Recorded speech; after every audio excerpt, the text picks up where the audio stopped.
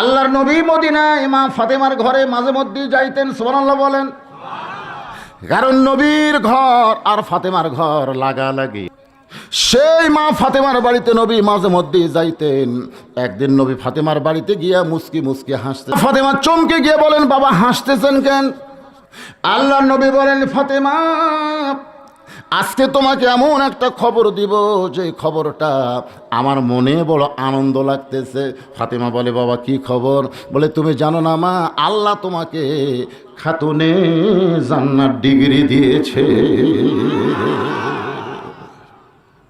যেই বলছে খাতুনে জান্নাত ডিগ্রি দিছে, তো মা ফাতেমার হাসি আর কে দেখে? আল্লাহ নবী বলেন, ফাতেমা তুমি আবার হাসতো তো কেন? ফাতেমা বলে, বাবা আল্লাহ আমাকে খাতুনে জান্নাত ডিগ্রি দিল, এইটা শোনার পরে আমার গোটা অন্তর জুড়ে আনন্দ, যেটা মুখের মাধ্যমে আল্লাহ প্রকাশ করে দিল।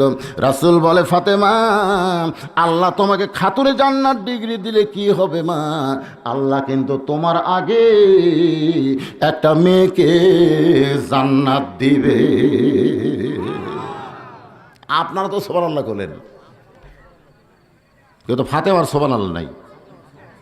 রাসূল বলে, ফাতেমা মুখ বন্ধ কেন? বলে, এটা কেমন কথা? আমাকে আল্লাহ খাতুনে জান্নাত ডিগ্রি দিল, আর আমার আগে একটা মেয়েকে আল্লাহ জান্নাত দিবে, এটা এটা এটা মানালো? তখন তো মানানোর একটা সাইজ নাই কতক্ষণ। আমাকে আল্লাহ খাতুনে জান্নাত ডিগ্রি দিবে, আর আমার আগে একটা মেয়েকে আল্লাহ জান্নাত দিবে। সেই মেয়েটা কে গো বাবা? সেই মেয়েটার বাড়ি কোথায়? সেই মেয়েটার পরিচয় কি? রাসূল বলে, ফাতেমা ওই যে একটা পাহাড় দেখতেছে। বলে, হ্যাঁ। ওই পাহাড়ের পাশে একটা জঙ্গল বলে দেখা যায়, ওই জঙ্গলের পাশে একটা ছোট্ট বাড়ি, ঝুপড়ি বাড়ি। ওই বাড়িটা হলো একটা কাঠুরিয়ার বাড়ি। ওই কাঠুরার বিবি জামিলাকে আল্লাহ তোমার আগে জান্নাত দিবে। ফাতেমা নবীর কাছে বসে বলে, বাবা ওই কাঠুরার বউ জামিলা এমন কি আমল করে যে আমল করার কারণে আমি ফাতেমার আগে আল্লাহ তাকে জান্নাত দিবে? ও বাবা মেহেরবানি করে আমাকে একটু বলতে হবে, আমি নিজে আজ থেকে সেই আমল করতে চাই। আমি খাতুনে জান্নাতও হব, আবার সবার আগে জান্নাতে যাব। আল্লাহ নবী বললেন, ফাতেমা কোন আমলের কারণে ওই কাঠুরের বিবি জামিলাকে আল্লাহ তোমার আগে জান্নাত দিবে এটা আমি বলতে পারবো না মা। এটা জানতে গেলে তোমাকে তদন্ত করে জানতে হবে, কারণ কার ভিতরে কি আমল আছে এইটা বাহির থেকে বোঝা যায় না, এটা তদন্ত করলে বোঝা যায়। জোরে কোন কথা ঠিক কি না? তো মা ফাতেমা বললেন, বাবা কোন আমলের কারণে কাঠুরার বিবি জামিলা আমার আগে জান্নাতে যাবে এটা আমি তদন্ত করে জানতে চাই। আমার মা বোনেরা যারা পর্দায় আছেন, মা কোন আমলের কারণে কাঠুরার বউ ফাতেমার আগে জান্নাতে যাবে এটা পুরুষ মানুষের জন্য না হোক মেয়ে মানুষের জন্য শোনার দরকার আছে না নাই? এ দরকার আছে না? তাহলে কোন আমল আমার মা বোনদের জন্য জানার দরকার আছে না নাই? দরকার আছে না নাই? আসরের নামাজের পরে ফাতেমা চুপি চুপি ফাতেমা কাঠুরার বিবি জামিলার ঘরে দরজায় গিয়ে সালাম দেয়, আসসালামু আলাইকুম ইয়া আহলাল বাইত। জামিলা ঘরের দরজায় এসে বলতে যে, কে গো এত সুন্দর করে চুপি চুপি আস্তে সালাম দিলেন? বলতেছেন, আমি হলাম নবীর মেয়ে ফাতেমা, হাসান হোসেনের মা ফাতেমা, হযরত আলীর বিবির ফাতেমা। মেহেরবানি করে একটু ঘরের দরজা খুলে দাও, আমি একটু তোমার ঘরের মধ্যে ঢুকতে চাই। জামিলা ছোট বাচ্চার মতন কাঁদতেছে। ফাতেমা বলে, কেন কাঁদতেছো? বলে, কান্দার কারণ হলো আমার সারা জীবনের আশা ছিল আমি ফাতেমারে এক নজর দেখব। ফাতেমা বললেন, তাহলে দরজা খুললি তো আমার সঙ্গে তোমার দেখা হবে, এখানে কান্না করার কি দরকার? জামিলা বলতেছে, দরজা কেমনি খুলবো, কারণ স্বামী তোমার বাড়িতে নাই। আমার স্বামী কাঠ বিক্রি করতে গেছে বাজারে, ওই স্বামীর হুকুম ছাড়া আমি ফাতেমার জন্যেও দরজা খুলতে বড় ভয় পাই।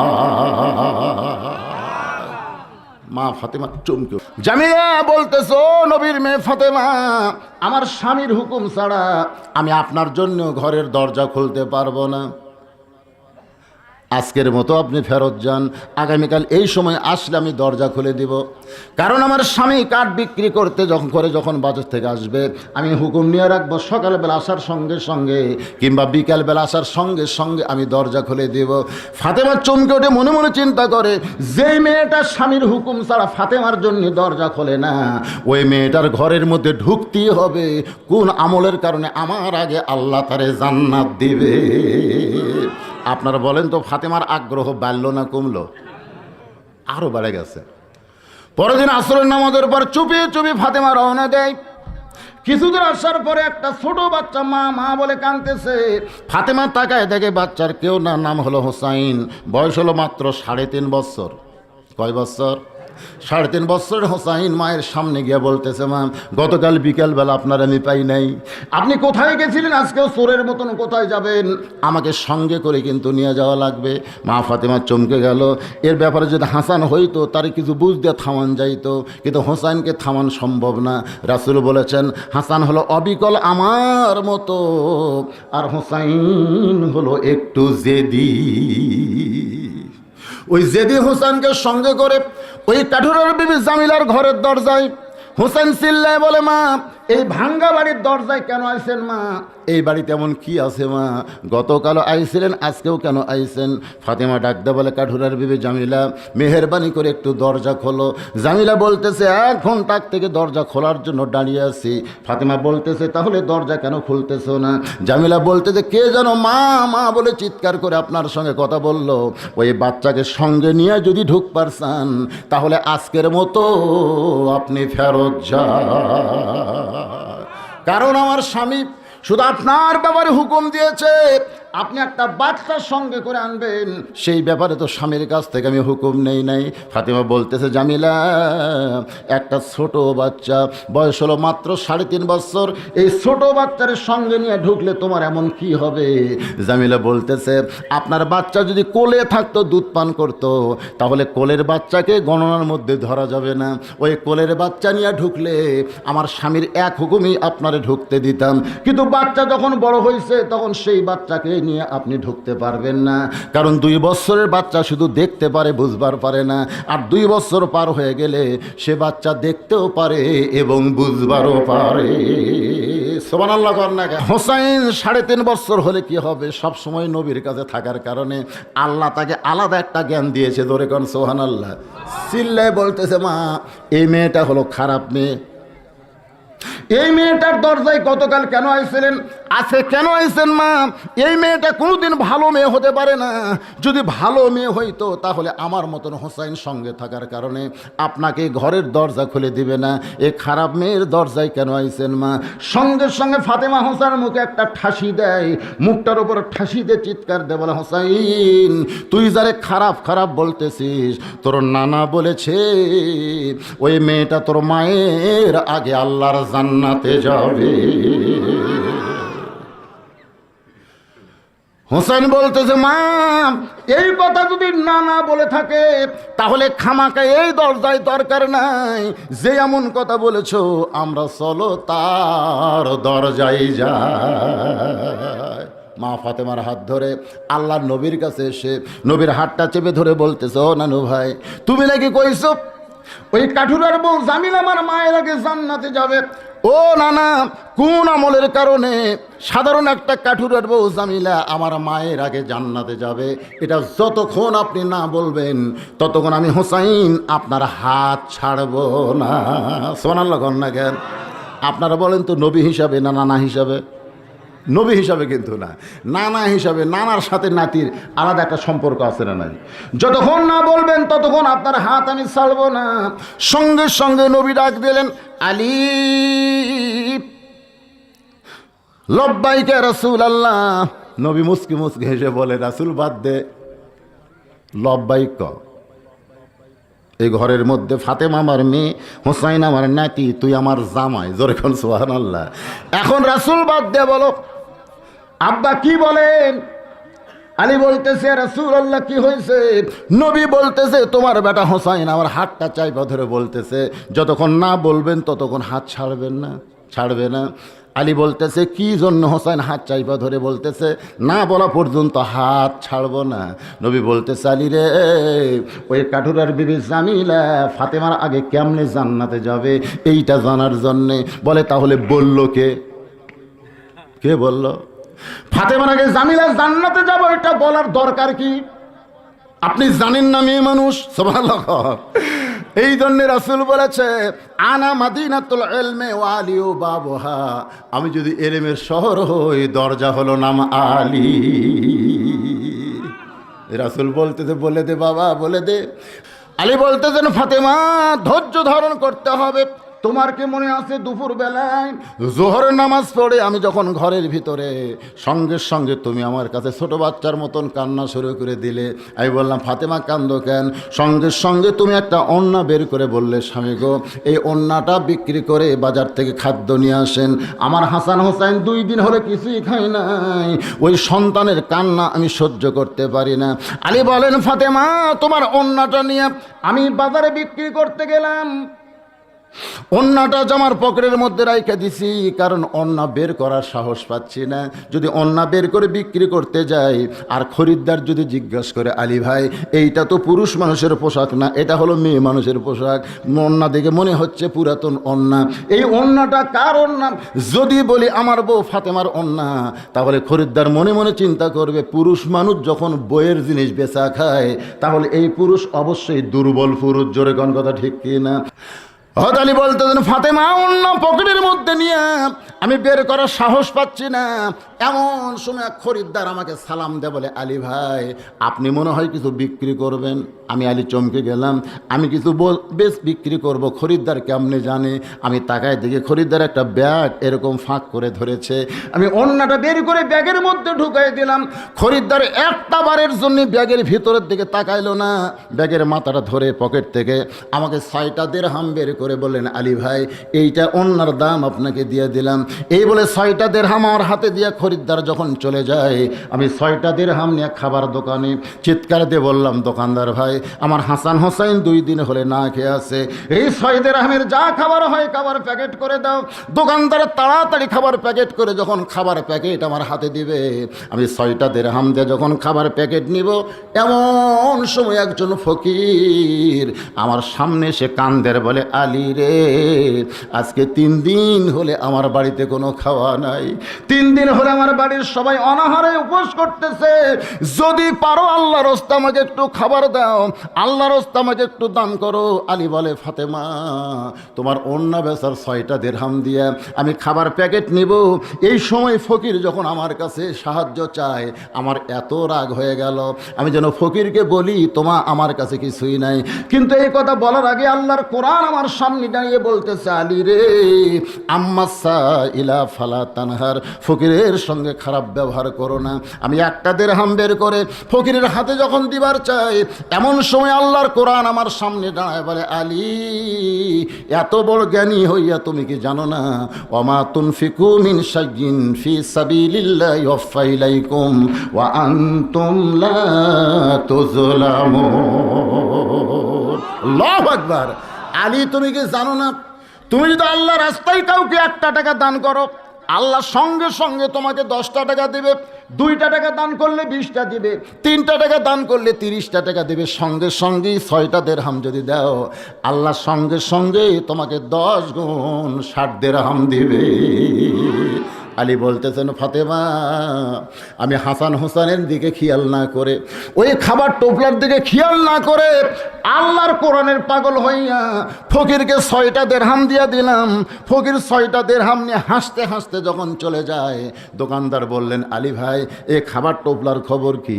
6টা দিরহাম দিয়ে খাবার না নিয়ে ফকিরকে দিয়ে দিলেন, এখন আপনার খাবার টোপলার খবর কি? আমি তখন বললাম দোকানদার এই মুহূর্তে চিন্তা করে দেখলাম আমার 1 টোপলা খাবার দেয়া হবে না, তুমি 2 বস্তা খাবার প্যাকেট করো। সুবহানাল্লাহ। দোকানদারকে 2 বস্তা খাবার প্যাকেট করার কথা বলে আলী বলে ফাতেমা আমি বাজারের মধ্যে ঘুরতেছিলাম আর মনে মনে চিন্তা করতেছিলাম আল্লাহর কোরআন কোনোদিন মিথ্যা হবে না। কি কোন মিথ্যা হবে নাকি? যে কোরআনের প্রথমে আল্লাহ বলেছেন জালিকাল কিতাবু লা রাইবা ফি হুদাল লিল মুত্তাকিন। আপনাদের কি মনে হয় এই কোরআনের উপর আপনাদের সন্দেহ আছে? এই সন্দেহ আছে? আল্লাহ বলতেছেন সন্দেহ মুক্ত কিতাব কেবলমাত্র মুত্তাকি বিশ্বাসী বান্দাদের জন্যে আল্লাহর কোরআন হেদায়েত দিতে পারে। আলী বলতে সেই বিশ্বাসে গোটা বাজারে ঘুরতেছিলাম, হঠাৎ দেখি একজন উটওয়ালা, জোরে কোন কিওয়ালা, একজন উটওয়ালা আমার সামনে দাঁড়িয়ে বলতেছে আলী ভাই উটটা কিনবেন নাকি, উটটা কিনবেন নাকি? আমি চোখের পানি নিয়ে বললাম কেমনে কিনবো, এমটি পকেট, আমার পকেটে একটাও টাকা নাই, উটটা কিনবো কেমনে? উটওয়ালা বলতেছে আলী ভাই এত বড় জ্ঞানী হয়েছেন, আপনার কি বুদ্ধি নাই? আপনি 100 দিরহাম দিয়া উটটা কিনে নেন, বিক্রি করে আপনি টাকা দিবেন, এটাও কি আপনি পারবেন না? আলী বলে ফাতেমা এত বড় সুযোগ আমি কোনোদিন পাই নাই রে। 100 দিরহামে উটটা বাকি নিয়ে বাজারে গেলাম। যেই মাত্র বাজারে এমন সময় চারিদিক থেকে লোকজন হাসে আর বলে আলী রে জিহাদ বাদ দিয়া নামাজ বাদ দিয়া সব দিক দিয়ে যেই মানুষটা উত্তম, জোরে কান সুবহানাল্লাহ, সেইগুলো বাদ দিয়ে উটের ব্যবসা কবে ধরলা?